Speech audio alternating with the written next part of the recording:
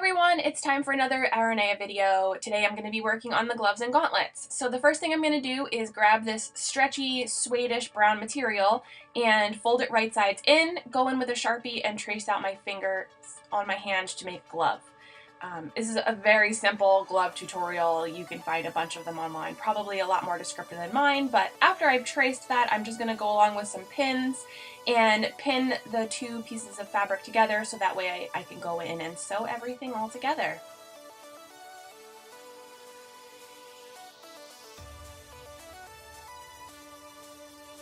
Okay, once everything's all pinned, I'm going to cut off that excess fabric and go right over to my sewing machine and start sewing along my lines.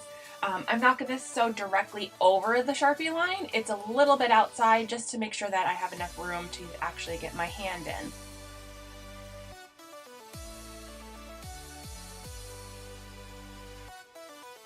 Okay, that's a glove. Well, sort of. I have to cut it out, so I'm going to cut off the excess fabric around the seam.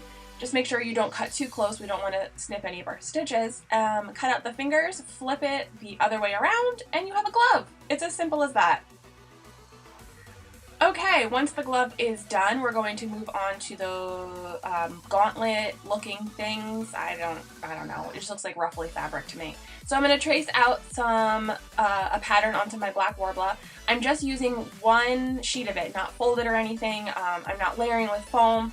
I just kind of messed around with this and I kind of like how it actually turned out.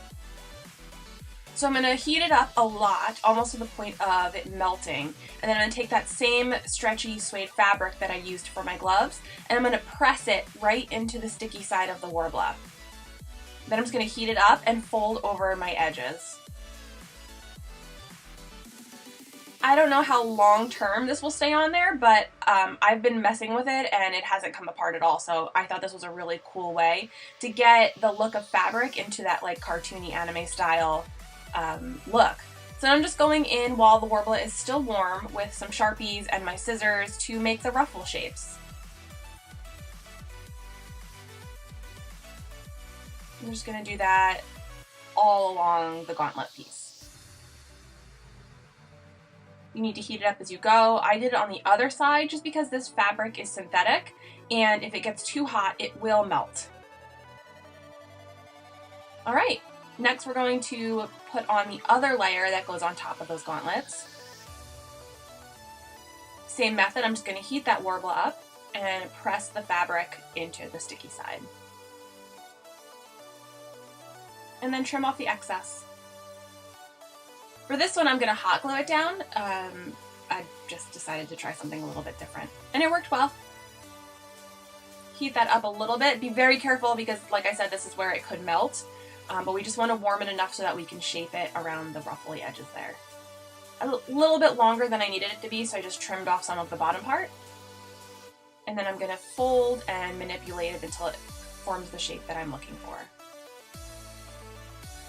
Once that's all done, I'm just going to hot glue it right on. I have another one that's completed on the side there, so I can kind of copy them and make sure they look identical.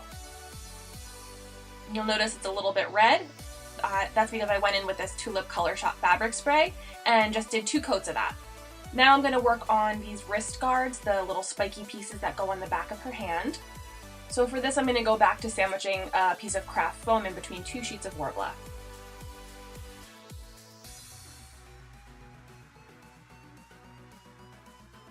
I'm going to use the end of a paintbrush just to make sure everything is seamed in nice and tight, and then cut it out with my scissors.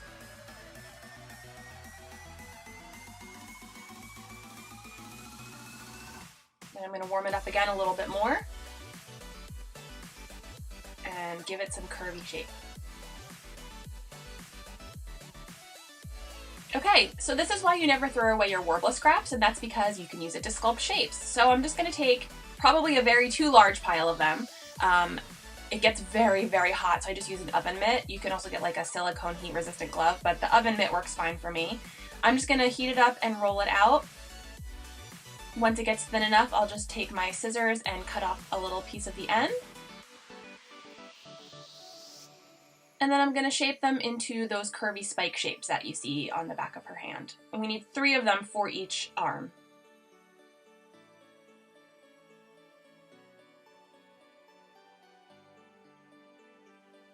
All right, once I have 3, I'm going to heat up both the spikes and the wrist I'm just going to call them wrist guards, and the wrist guards, and attach them to each other.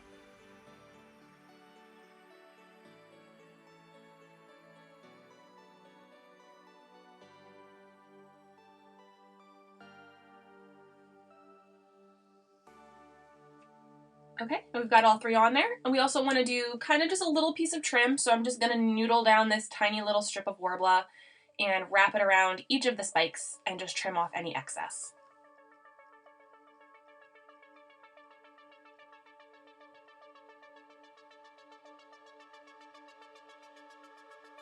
And there she is. Okay, finger guards, finger armor. So this is the pattern I found online. I just Googled finger armor and found these and it worked perfectly. So we're just going to trace and cut out each of these shapes. You're going to need a set for each of your fingers except for your thumb. Your thumb only takes 2 pieces.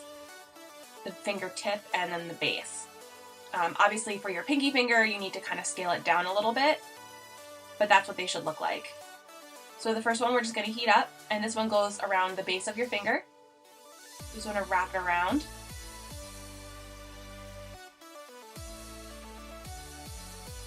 And then we're going to just kind of shape and curve up the edges a little bit. The next one goes around the middle of your finger. Same method.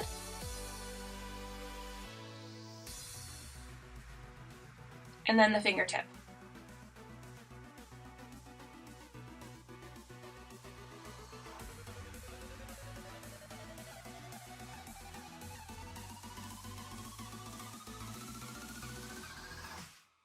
And that's what they should look like.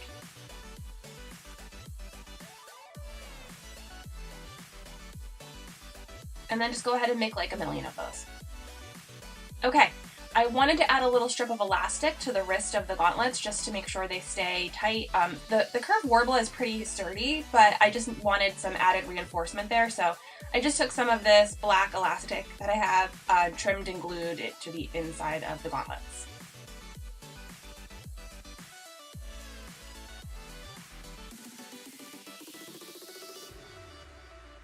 And then it's time for priming. So we're going to prime the black Worbla with, I did 4 coats of Mod Podge.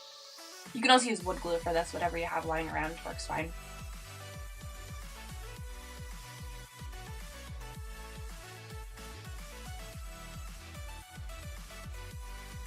And then I don't have any footage of it, but I did put down a base coat of Krylon Colormaster, the brushed metallics, and the color oil rubbed bronze, which is like a really pretty black that picks up gold flecks in the sun. Then I'm going to go in with a few other colors. I've got a red, a metallic red as well too, because it does have a little bit of sparkle and shine in the reference photos. A little bit of brown in there as well too, just to make the exact right kind of red that I was looking for. Do it all around the trim. And then there's also a little bit of red that kind of looks like it's coming up from the base of the spikes. So we're just going to go in with a little bit of paint and basically just kind of dry brush that red up the spike until it looks how we want it to.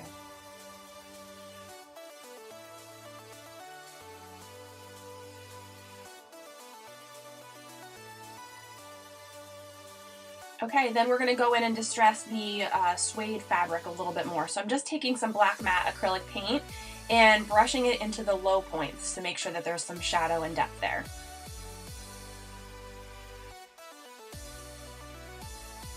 I'm also going to take it around the edges to make it look a little bit more worn, especially on that top piece.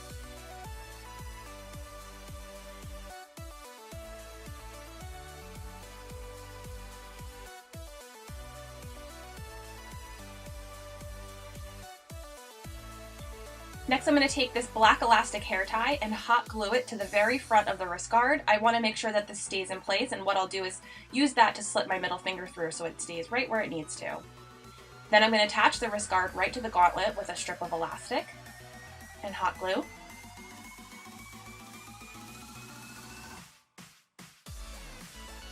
And then, not recommended, but gluing that piece on while it's on my wrist. And this way it gives it some flexibility and movement when I move my wrist. Now, I did notice that her fingertips kind of come to a point, and so I used some Apoxy Sculpt to do that. Just that mixed part A and B. Add it to the fingertips that we had already made, and then you've got fingers. And that's what it looks like. I'm going to paint those fingertips with that same Krylon spray paint, and this is the whole piece. I think it looks pretty cool. I'm probably going to wind up adding in a little bit of Velcro to those fingertips just so that they don't come off.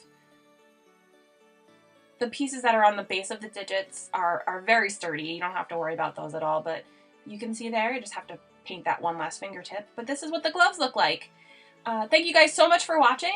Next probably will be another armor installment, or maybe I'll do something else. We'll see. Maybe the lance. Thank you guys so much for watching, and I'll see you next time. Bye, everyone!